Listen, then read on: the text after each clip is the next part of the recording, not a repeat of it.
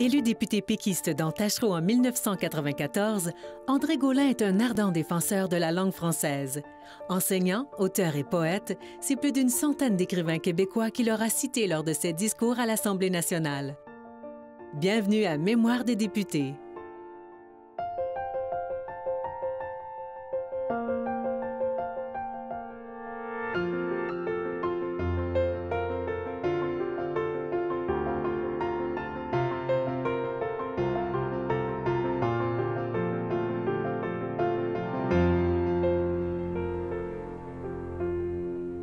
Bonjour, M. Gaulin. Bonjour, M. Grant. M. Gaulin, le grand événement de votre temps à l'Assemblée nationale était certainement le référendum de 1995. Oui. Comment l'avez-vous vécu, ce référendum-là? Avec beaucoup d'attentes au début, mais au fur et à mesure de la campagne, comment c'était? La campagne s'est bien passée. D'ailleurs, j'en profite pour rendre hommage à tous les militants et militantes qui ont été très nombreux dans Tachereau et assez exceptionnels. On oublie souvent qu'un parti, ce sont les militants qui le font. Et le Parti québécois est encore un parti de nombreux militants. Et ça a été un moment important d'essayer d'aller convaincre les gens qui ne l'étaient pas encore et de conforter ceux qui l'étaient. Et c'était la raison pour laquelle j'étais venu en politique aussi. Est-ce que le Parti québécois a ressorti sa phrase « sortir, parler, convaincre » ou est-ce que c'était plus structuré que ça? Oui, bien, justement, M. Parizeau avait dit, entre autres, parce qu'on a beaucoup insisté sur le fait que M. Bouchard avait été un plus dans cette campagne-là, qu'il avait apporté comme une relance parce que ça avait stagné un petit peu au début. Mais il y avait aussi, et ça je ne le conteste pas, il y avait aussi M. Parizeau qui a dit « Allez convaincre au moins une personne ». Et je me souviens que dans le comté, on avait beaucoup fonctionné là-dessus, convaincre une personne de plus pour arriver au résultat auquel on est arrivé. Tous les analystes sont d'accord pour dire que c'est à Québec que le camp du oui a perdu le référendum.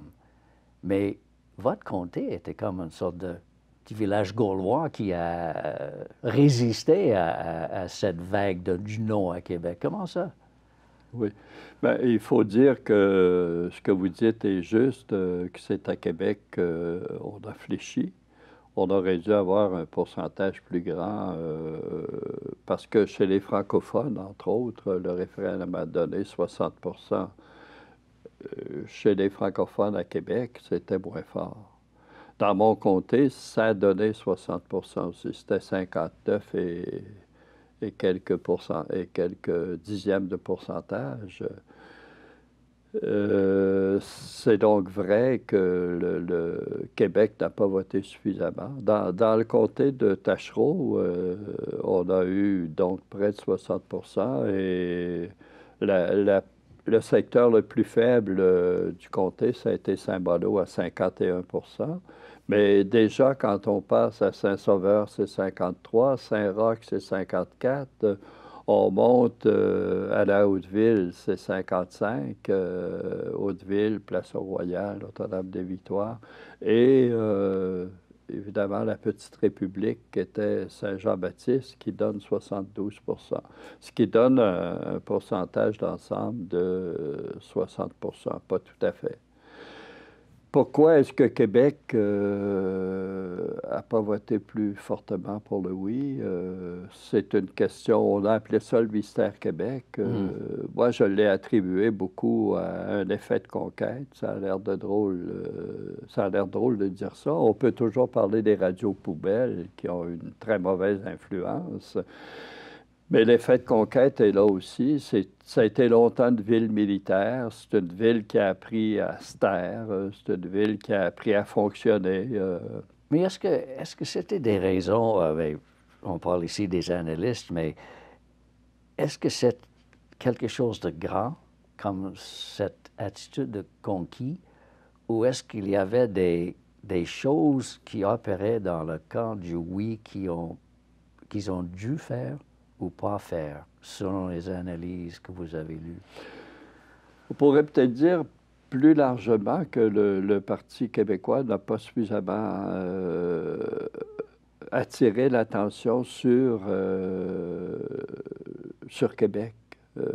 Très souvent, dans le parti, on se faisait dire qu'à Québec, on avait beaucoup de choses, mais qu'on on en revendiquait d'autres.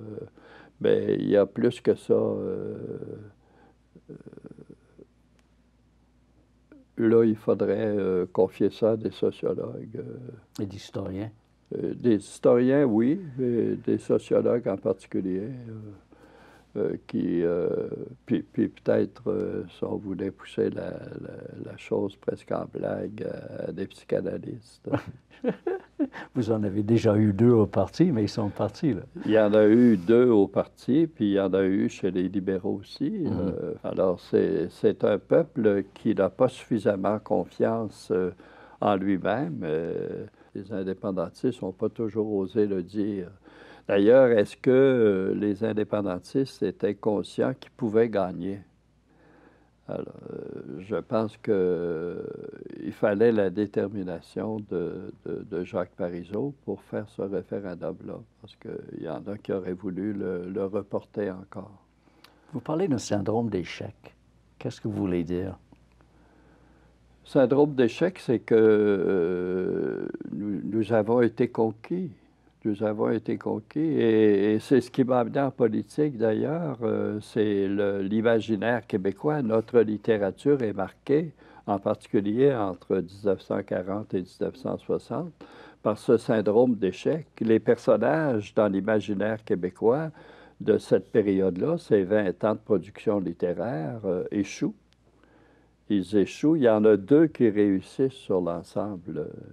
Il y en a un dans l'œuvre de Anne Hébert, puis un autre dans l'œuvre de Robert Élie, Catherine et Élisabeth. Un peu chez Françoise Loranger avec Mathieu, mais on veut briser ce syndrome-là, et c'est ce que fait Jacques Ferron, par exemple, dans Les Roses sauvages. Il dit qu'il faut mettre un cran d'arrêt au fait d'échouer. Et Miron va parler de l'héritage de la tristesse et il va mettre un cran d'arrêt à cet héritage de la tristesse.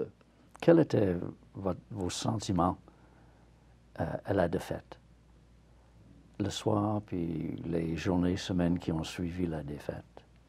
Bien, c'est une grande tristesse, évidemment. Il n'y a rien de plus dur que d'avoir fourni énormément d'énergie et d'être battu. Ça, en politique, la politique, c'est cruel, c'est un jeu cruel. Si tu as travaillé presque ventre à terre, si tu gagnes, tu vas retrouver de l'énergie malgré ta fatigue très, très rapidement. Ben, si tu perds, le contraire est vrai. Hein? Et dans le cas des référendums, puisqu'il y en a eu 2, les fins ont été tristes, celle de peut-être de 80 encore davantage, parce que dans le cas de la deuxième, bon, il y en a qui ont supposé que les dés avaient été un peu pipés, que le Canada a triché, notamment en envoyant des gens, en dépensant beaucoup, beaucoup plus que ce qui était prévu par la loi référendaire. Le Canada s'en est pas tenu à cette loi-là. Mais ceci étant dit, si on avait gagné avec 52, 53 ou 54 ça aurait été beaucoup plus clair que de perdre à quelques milliers de voix. Mais vous, personnellement, vous dites que votre raison principale pour vous impliquer en politique, d'abord avec le Parti québécois, puis après comme député, était le pays. Et là, le pays devient impossible à court terme, peut-être à moyen terme. Là. Ça doit faire vraiment mal. Là. Oui. À votre désir de continuer même. Oui. Comme je disais, j'ai toujours été d'un pessimisme constructif. C'est une expression de Camus. Moi, je pense que l'indépendance va se faire. Et en politique, on ne sait jamais comment les choses arrivent. On a vu, par exemple, comment Jacques Parizeau, qui avait été un homme quand même très critiqué, parce que, d'abord, peut-être parce qu'il était trop sûr de lui-même, ce qui ne correspond pas à l'attitude des Québécois qui sont marqués par ce syndrome d'échec-là. Alors, cette détermination-là, je l'ai gardée. Je suis sûr qu'en politique, oui, ce qu'on a dit de Parizeau au moment de sa mort, c'est assez exceptionnel et c'était imprévu, hein. Cette unanimité autour d'un grand personnage qui était, au fond, un des grands hommes d'État qu'on a eus. Qu'est-ce qui va arriver? Qu'est-ce qui est arrivé à la mort de Félix Leclerc? Qu'est-ce qui est arrivé à la mort de René Lévesque? Vous allez dire, il faut des morts pour que les gens réagissent, peut-être pas, mais il y a des circonstances comme ça qui font que les choses peuvent évoluer très vite. Mais on en parle pendant quelques cycles de nouvelles, comme on dit dans le business. Même les morts de quelqu'un aussi significatif que Parizeau ou Félix Leclerc, à la longue, c'est quasiment des épiphénomènes. C'est pas quelque chose qui dure dans l'idée, dans l'imaginaire des Québécois, non? Ça ne dure pas, mais ça va chercher davantage de monde. Moi, j'ai questionné des gens, du Parti libéral qui s'intéressaient beaucoup à la littérature québécoise, à la culture québécoise, et il y en a, c'est sûr. Mais, entre autres, un ancien ministre libéral que je nommerai pas, mais qui avait parmi ses amis une proportion beaucoup plus forte d'indépendantistes que de fédéralistes. Et je lui ai demandé, pourquoi tu n'es pas indépendantiste, toi? Et il m'a répondu, parce que j'ai peur. Je trouvais ça drôle, curieux de la part d'un ancien ministre.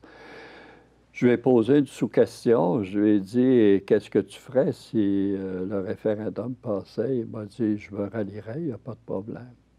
Alors, vous voyez la grande possibilité. Au fond, ce que dit Éric Schwimmer, justement, c'est que dans son essai sur le syndrome des plaines d'Abraham, les Québécois pensent que la souveraineté va se faire.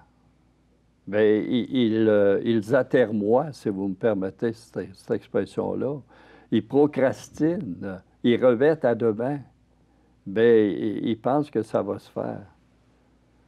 Dans un des articles que j'ai fait pour l'Action nationale, j'ai proposé qu'il y ait un référendum à 2 questions dont la réponse serait oui dans les 2 cas.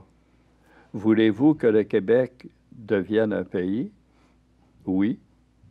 Si vous cochez oui, c'est oui.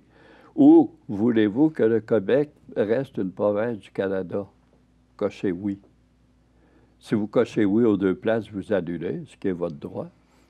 Mais vous êtes obligé à ce moment-là de vous forcer les gens à choisir, parce que moi, je suis persuadé que dans le non du référendum de 80 et celui de 95, il y avait beaucoup de gens qui remettaient ça plus tard, des gens qui ne savaient pas. Donc, quand tu ne sais pas, tu votes non, tu ne prends pas de risque. Alors que dans le cas de 2 questions où c'est oui, on oblige les gens à réfléchir et à choisir. En même temps, ben, on les force à une réflexion. Et c'est plus facile de dire non que de dire oui. Dans notre vie courante, on dit beaucoup plus souvent non que oui. Hein? Ce n'est pas tous les jours qu'on se marie. Hein? Parce que souvent le oui engage davantage. Vous avez parlé il y a un bout de la littérature, de la chanson et de l'intérêt qu'il y avait, peut-être pas beaucoup dans votre jeunesse, pour la langue et la littérature française. Est-ce qu'on voit maintenant une génération de jeunes Québécois qui sont moins intéressés à ce que vous appelez notre littérature ou nos chansons? Je ne serais pas porté à dire ça parce que d'abord, on a formé des maîtres qui connaissent davantage la littérature québécoise. On ne peut plus faire maintenant comme prof de français, j'entends, on ne peut plus faire une maîtrise en littérature québécoise ou même un bac spécialisé sans connaître, sans avoir suivi des cours obligatoires dans notre corpus littéraire. Évidemment, il y a tout le cinéma québécois aussi qui est aussi dans l'imaginaire québécois, qui se penche beaucoup sur le cas québécois. Et ça aussi, ça influence, je pense, la jeune génération, et qui reste quand même ouverte. C'est une génération qui reste ouverte aux autres littératures. Le fait de promouvoir sa littérature ne veut pas dire qu'on se ferme à celle des autres. Êtes-vous satisfait de vos 4 années, là? Tout à fait. Vous avez accompli de votre... le fait que ça a changé votre vie un peu, de votre cheminement comme député, est-ce que... Oui, ça change nos vies. La journée du lundi là, nous amène à voir le Québec tel qu'il est, de voir le Québec avec plus de compassion aussi. C'est ce que M. Bouchard a souligné de la part du député de Tachereau, c'est-à-dire de ma part, quand j'ai quitté l'Assemblée nationale, la compassion, de rencontrer des groupes, de voir les besoins de la population. Le député est un espèce d'animateur social, en partie. Hein. Autrefois, il était surtout un législateur. Aujourd'hui, il reste un législateur, mais il y a beaucoup moins d'avocats à l'Assemblée nationale. Il y a beaucoup de professeurs. Donc, c'est une œuvre de pédagogie et de didactique, la politique. Et les gens viennent nous voir, il y a des grands besoins et ça change nos vies. J'ai une collègue, la députée de Vanier à l'époque, m'a dit un jour, Diane Barbeau, il y a des lundis où elle sortait de son bureau parce qu'elle pleurait tellement les cas étaient pathétiques, tellement les gens qui sont venus la voir avaient de grands besoins. Alors, la politique, ça change, moi, en tout cas, dans mon cas, ça a changé ma vision du monde, en partie. La vision du monde ordinaire, je dirais, pour avoir une extension de l'expression du syntagme. Et je trouve que c'est une expérience pour laquelle on est privilégié quand on l'a vécu. Vous étiez plus marqué par ça que par la partisanerie Tout à fait. Au Salon Bleu, là. Oui, oui, oui. La partisanerie, d'ailleurs, elle est très souvent de façade. Il y a un jeu politique qui se fait entre les grands chefs, les leaders, entre députés, très souvent, on échange et on ne se dit pas forcément ce qu'on va se dire en commission, ce qu'on va se dire à l'Assemblée nationale. Moi, j'ai vu un député libéral Henri-François Gaudin, pas le nommer, qui venait nous dire en privé, la question que vous avez posée, celle-là, revenez avec parce que c'est la bonne. Hein? Il donnait une chance et ça jouait aussi dans l'autre sens. On n'est pas... on est tous des députés, on a tous des familles, on a tous des vies privées, etc. Donc, il y a une forme de solidarité. Il y a des caucus, mais il y a un grand caucus qui s'appelle l'Assemblée nationale, qui représente 125 personnes qui détiennent chacun le 1/125e du pouvoir du Québec. Moi, j'ai été toujours conscient de ça, que ce que je représentais à l'Assemblée nationale, en dépit du fait que je sois une plante verte comme député, comme le voulaient certains, j'avais une partie du pouvoir du Québec. Et ça, c'est important. Et c'est l'importance qu'on donne d'ailleurs aux élus. Et c'est comme ça que nous voient les citoyens, parce que si les hommes et les femmes politiques ne sont pas bien vus souvent dans la population, n'ont pas de réputation toujours enviable, dans le détail, chacun dans son comté, très souvent, sont bien reçus, ils sont invités, ils sont relancés. on vient les voir, on est honoré s'ils viennent à tel événement, s'ils sont présidents d'honneur, etc. Mais est-ce que ça veut dire que le public apprécie le travail des députés à juste titre? Ou est-ce qu'il y a encore une méfiance? On dit politicien, c'est comme dire quelqu'un qui n'est pas franc, qui n'est pas toujours honnête, qui ne dit pas toujours la vérité. Ou est-ce qu'il voit vraiment la personne qui se dévoue 7 jours semaine pour les gens de son comté et pour ses idées? Oui. Je dirais que c'est variable. Il y a des gens qui voient ça, il y en a d'autres qui ne le voient pas. Moi, j'ai reçu des félicitations quand j'ai été élu. J'ai reçu beaucoup de lettres, d'ailleurs. Faut croire qu'il y en a qui auraient besoin de moi, et comme député. Mais j'ai aussi été félicité quand j'ai quitté la vie politique sans avoir été battu. Et il y a des gens qui m'ont dit « Tu étais bien trop honnête pour rester là ». Je trouvais ça bizarre. Faire féliciter parce que je quittais la vie politique au nom de l'honnêteté. Ça n'a jamais été mon cas et je pense que c'est un effet des radios poubelles, ça. C'est un effet du désenchantement qu'on voudrait voir. Hein? Les ennemis de la démocratie, ce sont ceux qui, justement, détruisent l'image sociale des élus du peuple. C'est un triste constat, ça. Oui, mais c'est ça. Et c'est comme ça, mais j'ai aussi été félicité pour avoir cédé ma place à quelqu'un qui pourrait se faire connaître et continuer de... parce qu'à l'âge que j'avais quand j'ai quitté la politique, j'étais allé là pour le référendum et je suis parti à ce moment-là après 4 ans, après 50 mois en fait. Mais j'avais laissé la place à quelqu'un qui pourrait se faire réélire parce que le comté de Taschereau, à mon point de vue, était un comté que le Parti québécois pouvait garder dans l'opposition. Et je pense que le fait que la députée Maltais soit toujours là, ça vérifie ça. Est-ce que c'était vraiment une décision facile pour vous de ne pas vous représenter une deuxième fois? Ou est-ce que ça prend beaucoup de réflexion ou est-ce qu'on dit non, c'est assez, j'ai fait ce que je voulais faire, alors je pars à l'aise, je suis heureux?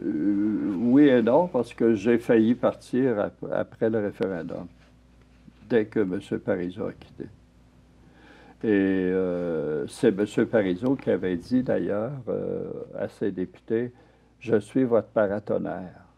On a perdu le référendum et j'en assume l'échec, mais vous autres, restez là. » Je trouvais ça beau. M. Parizeau était un grand homme. Et je pense que ça n'a pas été difficile de ce point de vue-là. C'est que j'avais mené la vie de député, je l'avais bien faite, je l'avais fait avec dévouement et compétence, je pense, et je retournais à ma vie professionnelle. Mais vous continuez de militer. Bon, oui, je suis toujours militant de l'indépendance. Moi, je pense que c'est tellement naturel qu'on soit souverain au seul nom de la langue. Moi, je veux même pas... je suis pas sensible aux plaintes qu'on peut faire contre le Canada. C'est pas la raison pour laquelle je veux que le Québec soit un pays, même s'il y a des raisons valables dans ce contentieux, ces griefs qu'on pourrait avoir. C'est parce que la langue française est une langue souveraine, que nous sommes un peuple, que nous avons une histoire, que nous avons un territoire, que nous sommes nombreux. On serait parmi les pays les plus grands. On serait dans les premiers les plus riches. C'est au nom de cette langue et de cette culture que je veux qu'on soit un pays. Merci beaucoup, M. Gaulin. Je vous en prie.